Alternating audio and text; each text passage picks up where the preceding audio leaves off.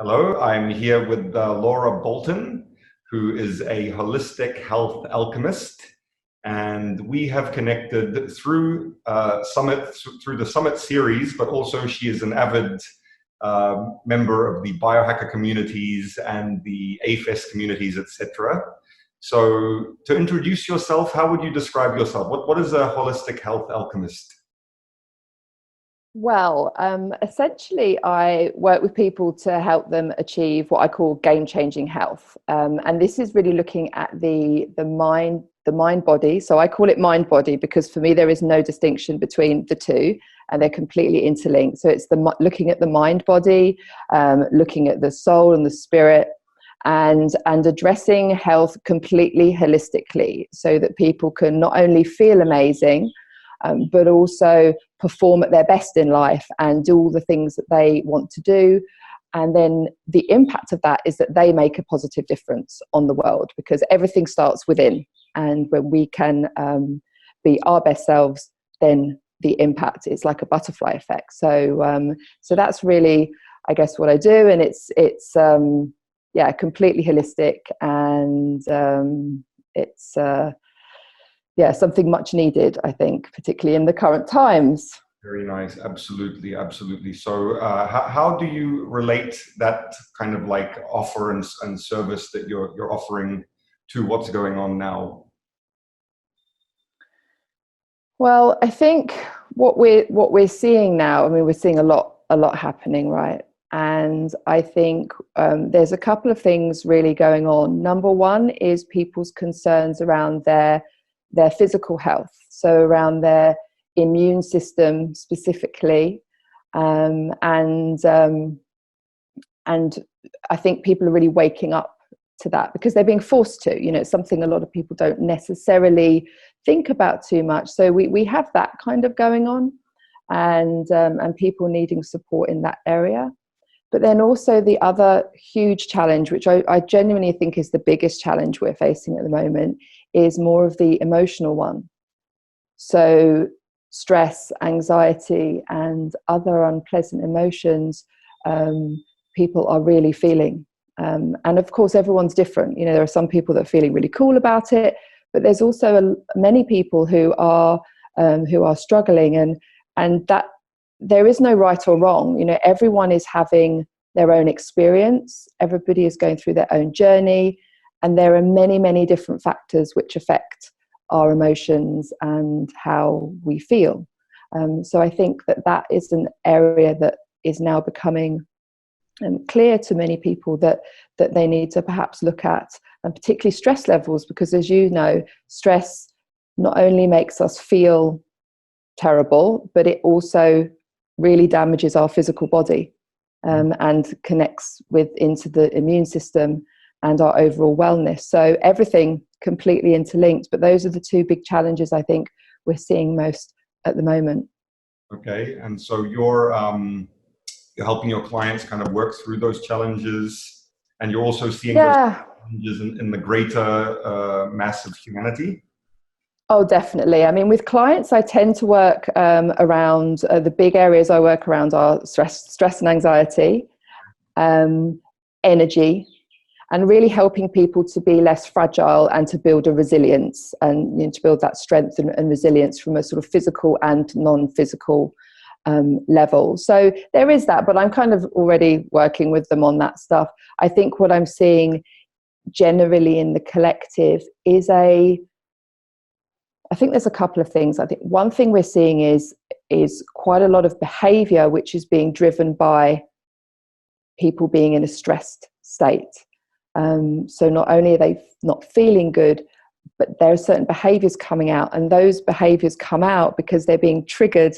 It's stuff from the past. It's coping mechanisms that we perhaps learned when we were younger, and also trauma from the past actually stores in our body if we have not processed it, if we've not resolved it. And so what I'm seeing is, when I look around, is a lot of those past traumas coming to the surface and coming out. And that's why so many people are struggling with the way they feel, but also we're seeing some of the behaviors, like we say, oh my goodness, people are behaving crazy, but actually they're not behaving crazy, they're behaving naturally, based on the state that they're in, based on the past traumas that are coming up, based on their circumstances, based on many, many different factors. Yeah. And this is something that you're seeing with your personal clients who you're dealing with, because these lessons might be applicable for people who are watching. So if they notice themselves acting in an unusual way or that kind of thing, so how can we relate that to someone who might be watching? Yeah, absolutely. I think that what we need to do at the moment, one of the most powerful things we can do, is to get curious and to start looking within and really kind of getting curious with ourselves. It's almost like being a curious detective, because if we are feeling extremely stressed, if we are acting out in certain ways, if we are feeling like we can't cope, we're getting all those feelings of that we describe them as stress, but really they're kind of constricted feelings, feelings of overwhelm, the mind racing, tightness, knots in the stomach, maybe even the mind feeling dizzy. They're all the kinds of things that we feel, and we kind of call it stress. So I think if people are experiencing those feelings, or they're acting out in unusual ways, the most powerful thing we can do is to start to get curious and to start asking ourselves, well, why might that be? What is actually going on? And I'm going to be obviously talking in my presentation more about, like, in depth about this, to help people to understand all of the different factors which influence how they feel and their response, and then what they can actually do to start addressing those things, because many people have hidden stressors, that sort of hidden stress in their body, and they have all of these things from their past, and they often get triggered in a major event like this. And the truth is, this is, let's not be unreal about it, this is a very unusual,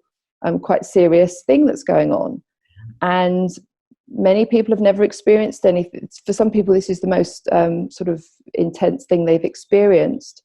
And so it's natural that people are feeling the way they're feeling, and I really want people to understand that that's natural, to feel that way. But it's also very important that we work through it, because if we are going through a current period of stress and trauma, the last thing we want is to be suppressing that, or to be not processing it, because all of this stress eventually manifests in disease.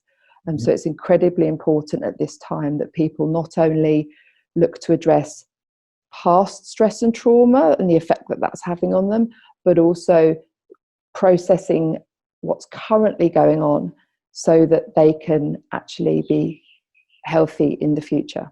Very nice. And I don't want to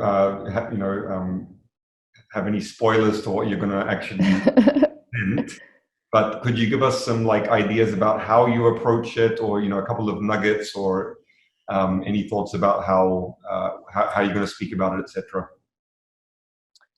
Yeah, I mean, I think the first thing to realize, and that I'll be talking about, is the strength of the mind-body, the mind-body connection, and people, helping them to understand how our physical body affects our mind, and how what's going on in our mind affects our physical body, and how interlinked those two things are. I think in the collective, we're starting to learn more and more about that, but it's still not necessarily that known.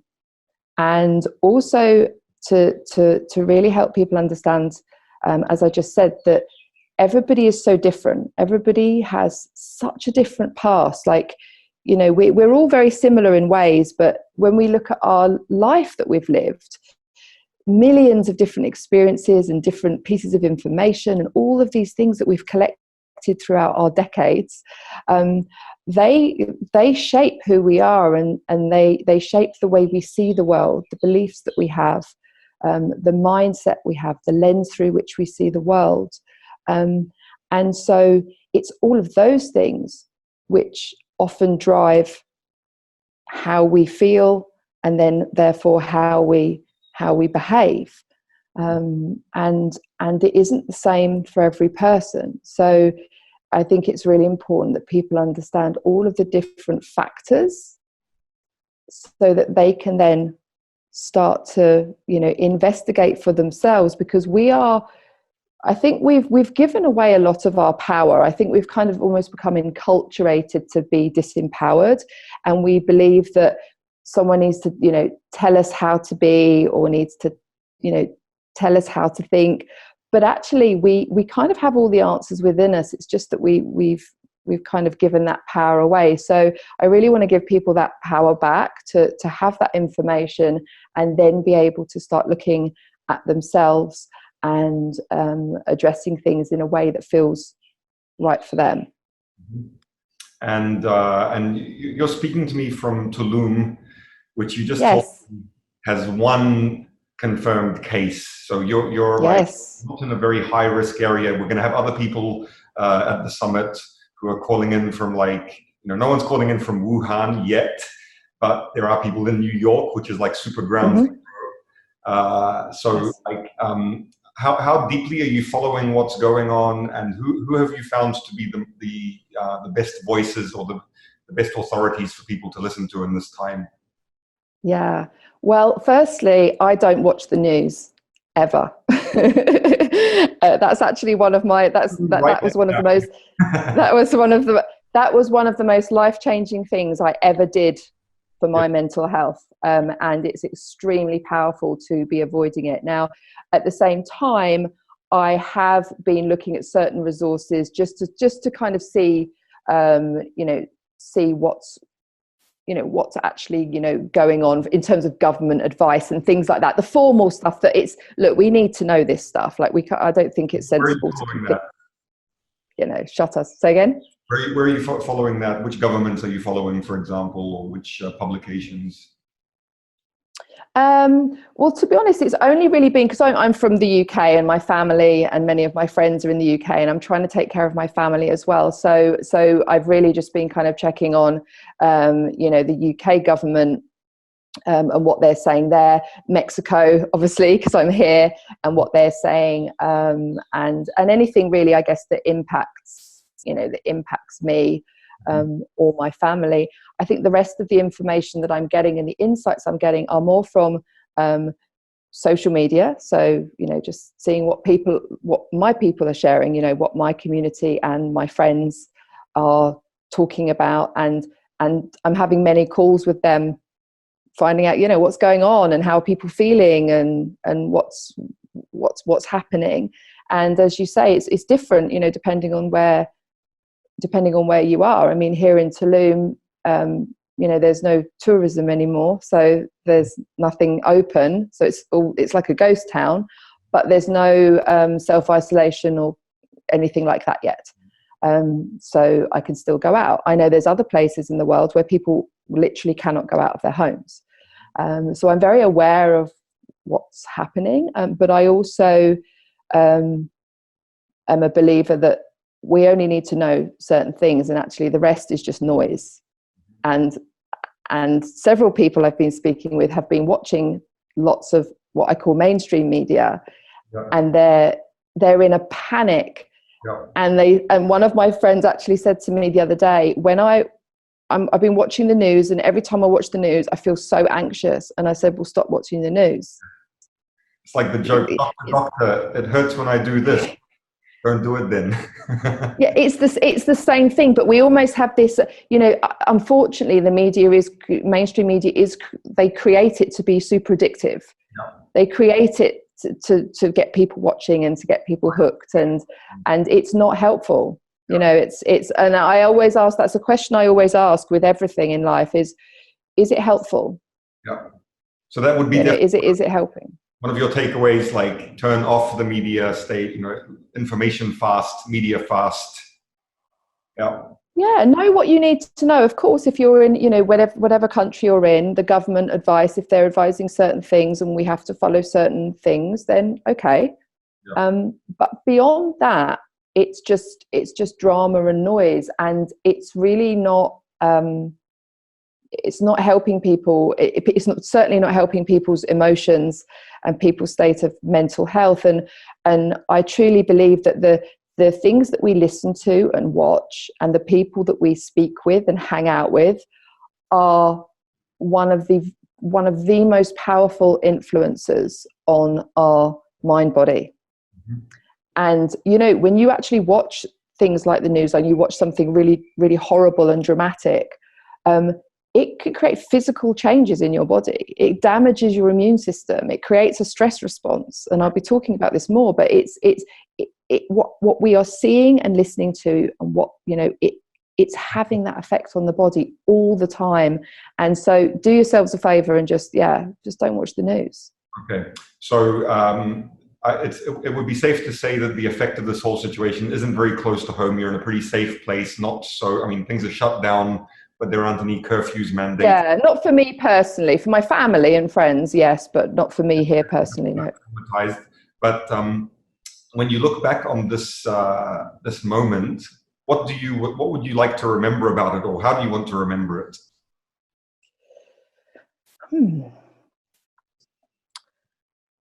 I think I would like to remember it generally as a time of transformation, and as a time of us collectively raising our consciousness.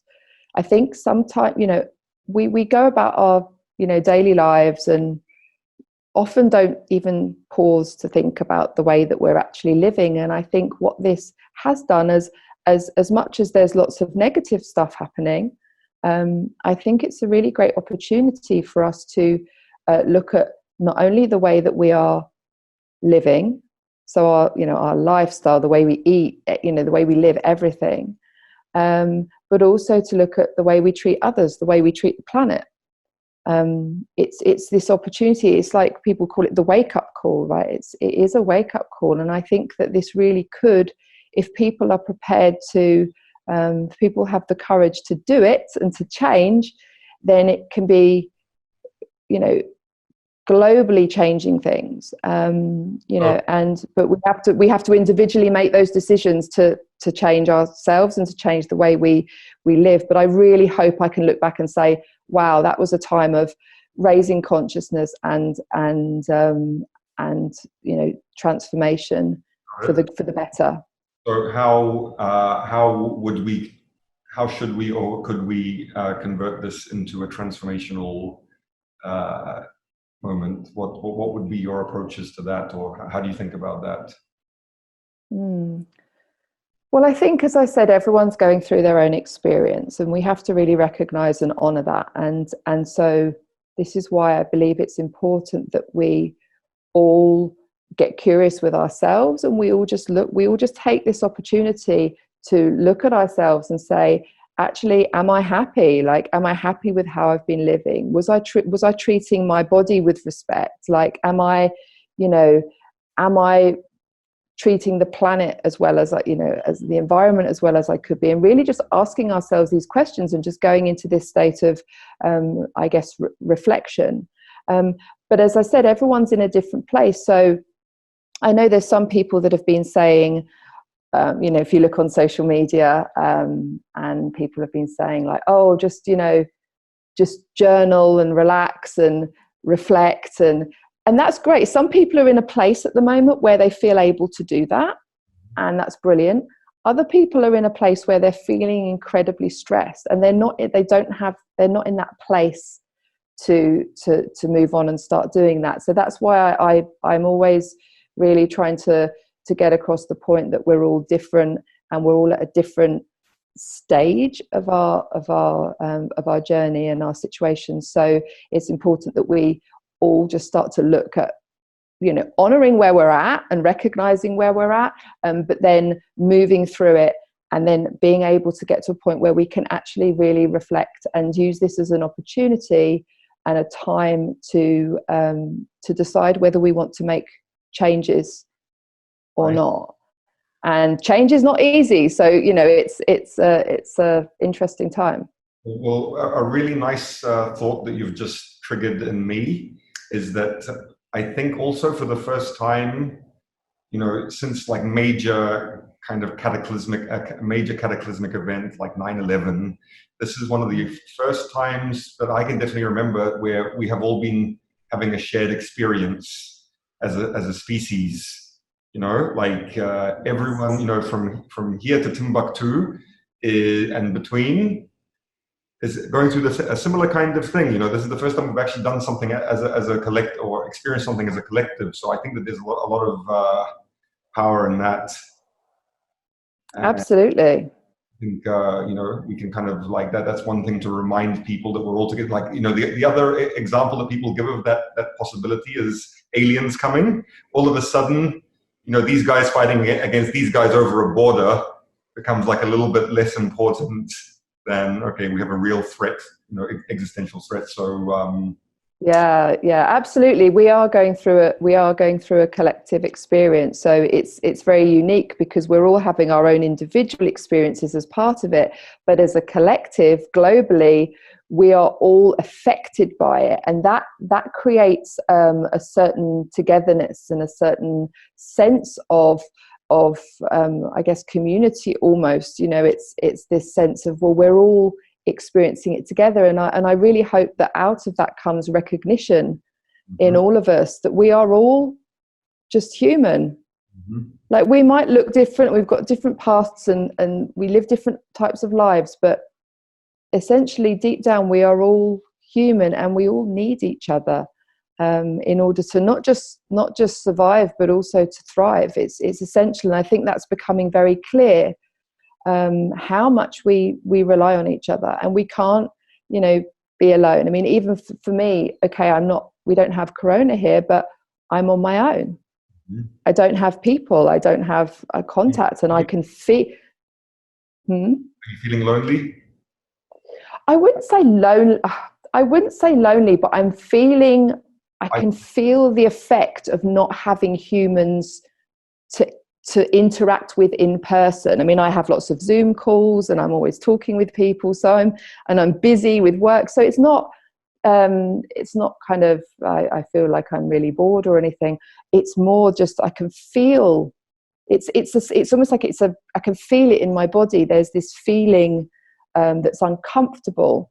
It's an unpleasant feeling that comes from not having that contact, and human beings need physical contact. We are group creatures, and historically, through our evolution, we've always been in tribes and in communities, and we've always had human touch. And so when we don't have that, it can have, again, an effect on our health. We now know that just the lack of human touch affects us on biologically. It can damage our health. So that's the only thing, I guess, I'm kind of feeling. I'm just aware of it, but it's something I can't change at the moment. So it is what it is. Could we go back to something which you touched on about the stress response, people being stressed, and that having an effect on the immune system? So we're being bombarded with all of this very addictive information about what's going on everywhere, and scary stuff going on, and that there is making us weaker. And I mean, we've got one immediate tip: turn off the news. What other sort of techniques do you think are the most effective for helping people with de-stress, calm down, so that their immune system okay. is correct? Yeah, okay. I mean, I'm going to be talking a lot about this in my presentation, but I would say there's two kind of areas of things. So there's dealing with the immediate stress. So when you feel that stress response, or you feel that panic, or you're feeling the overwhelm, there are things you can do immediately to change your state. And yes, of course, stopping doing whatever you're doing which is causing you to feel that way. So maybe watching the news, or maybe speaking with someone who's just creating, a lot of drama, because that sometimes happens. It's like I've been speaking with family in the last few days, so I know what that feels like. So there's that. I think another thing which I find very powerful as a first step is breath work. And I know that we're going to have people sharing as part of the summit, sharing breathwork techniques. You introduced Richie? Yes. Yes. Yes. Yeah. Yes. Yeah. Richie actually was my breathwork teacher when I was in London. Okay. And he's amazing. So yeah, and he kind of taught me, breathwork techniques. So because we want to get our body into shift it from a sympathetic state, or sympathetic nervous system, into a more parasympathetic state, which is the rest and digest stage. And for me, the quickest and most effective way to do that, in addition to stopping doing anything specifically that's causing it, is to do breath work. Yep. And so obviously people will be able to learn about that. And so because that can instantly change your state, can instantly change how you feel. What's your favorite breathwork technique? I mean, you do guided breathworks. You have an app. You just do it yourself now. I like to try out different things. I mean, I've learned the Wim Hof method. So the Wim Hof method is great for boosting your immune system. Okay. So, and Wim talks about this a lot, like on his website, and maybe Richie can talk about it. The Wim Hof method does improve your immune system. There's been lots of studies that Wim's been part of that show that. If you're feeling stressed, though, you'll never again. But if you're feeling stressed and panicky, you don't want to do that, because it's quite an excitatory breath. Okay. What I do, to be honest, if I am ever feeling, it's rare, but if I ever am feeling kind of panicky or a bit stressed, I will just do. I like to do box breathing. Yeah. Yeah. So that's like in for the count of 4, hold for 4, out for 4, hold for 4. Mm-hmm. Or I'll just do slow, deep breaths in and out. The key is just to do slow, gentle breaths, but like belly breaths, like diaphragmatic breathing, because most of us breathe super shallow.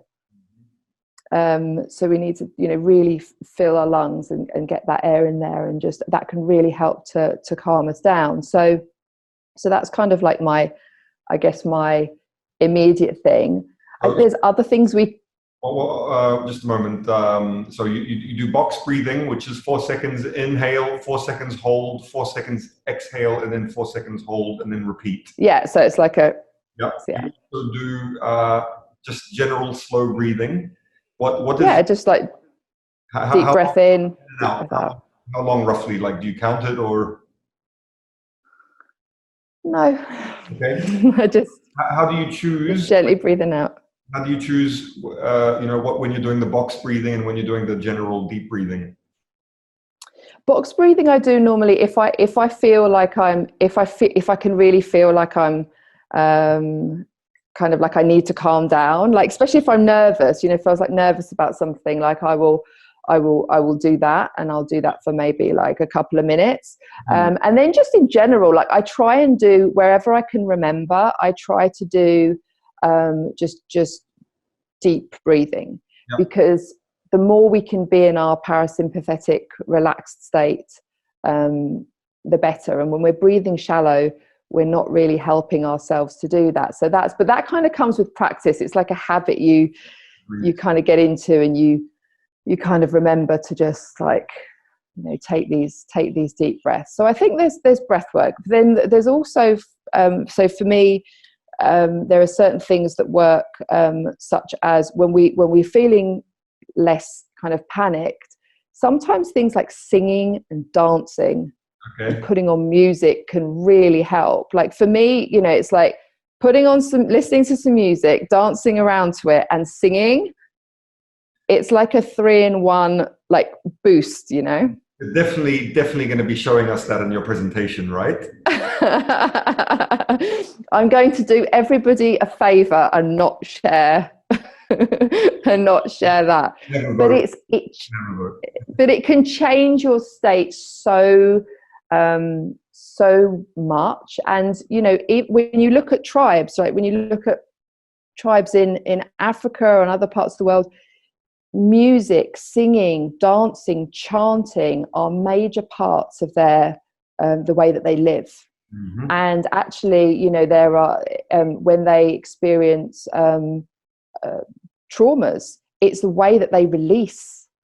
Mm-hmm. They release the trauma, because if we don't release, like, emotions are energy, they're energy in motion. So if we don't release them, they get trapped in the body. So singing, chanting, music, dancing, movement, that can all really help to move and expel that energy that's happening within us. So I'm just, I just wanted to emphasize on those points to give people some like takeaways that they can implement. And by the way, these are probably okay. The singing and chanting is a different. That's a different for me. But the breath work, the meditation. Give it a go. Yeah. Just next time. But those are what I honestly believe to be some of the most powerful practices for our entire lives, aside from like exercising, yes, eating well. yes, just want to emphasize that point. And yeah, absolutely. Okay, so and there's also, just to build on that point, just finally, there's those are things to do immediately, right? So if you're feeling in that stress state, there are things to do immediately. But then there's the longer term stuff. And I'm going to be talking about this in my presentation, because the main reason that we feel stress is because of the beliefs that we have, our mindset, the things that we think. And this is what distinguishes someone. You know, you can have two people experiencing the same situation, and one of them is feeling actually fine about it, and the other person is completely freaking out. And so whilst there are things you can do, you know, like the breath work and movement and things to help in the moment, actually, I'm always interested in getting to the root cause of whatever anybody is experiencing, because there's always a root cause. Mm-hmm. And usually with stress and the stress response, there's typically various root causes, and they can differ from individual to individual. But but one of the major drivers of psychological stress is the way that we think, the way that we perceive the world, wanting things to be different than they actually are, not being able to deal with uncertainty. All of those things are, if you want to have a really long, healthy life, they're all things that you need to address. And so I will be talking a lot more about that and explaining that in my presentation. Yeah. Nice. Okay, moving on to another question for you. Which advice would you have given yourself 6 months ago, if you could? In relation to what's happening now, or anything specifically?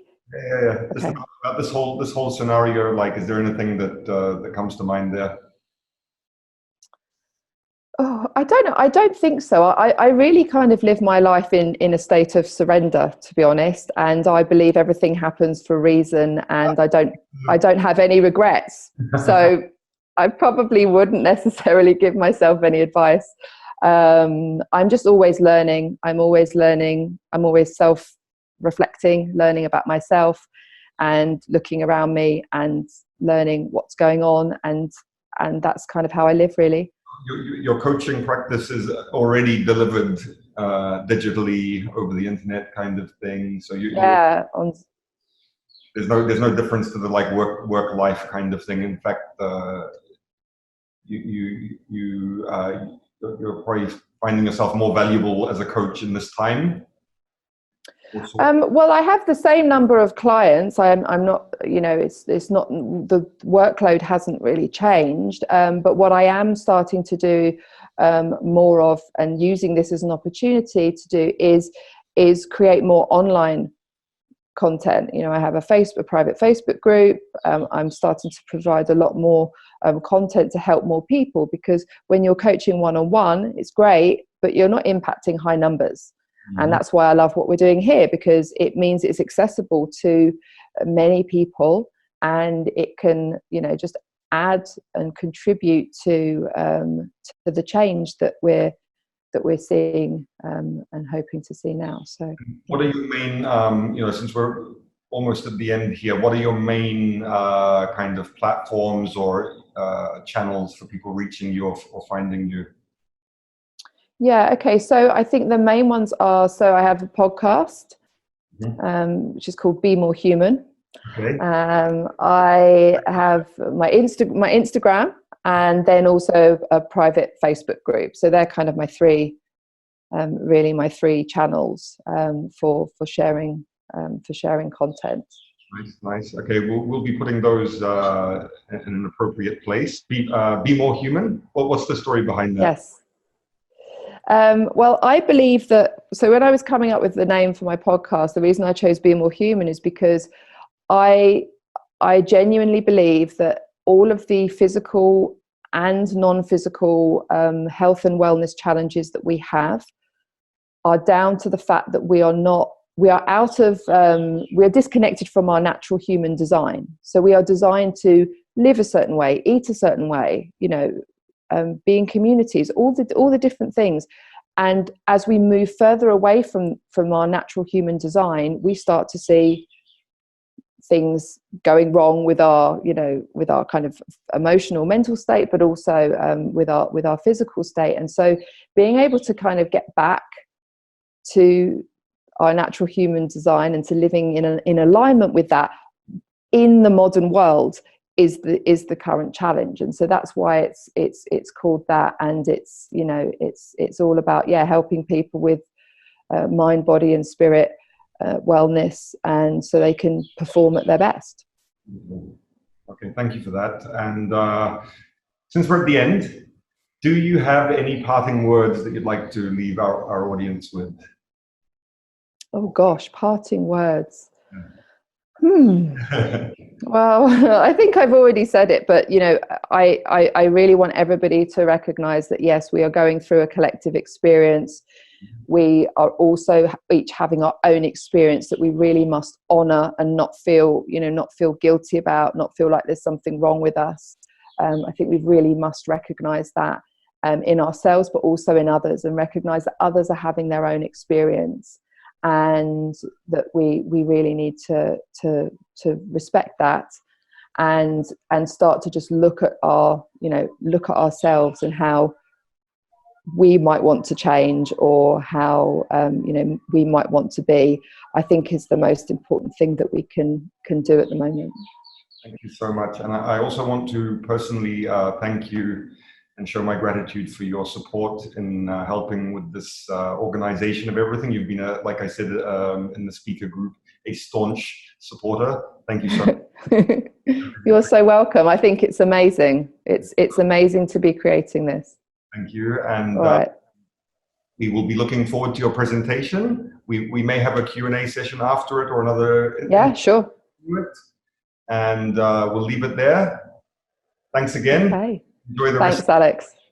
Yeah, you too. Take care. Bye.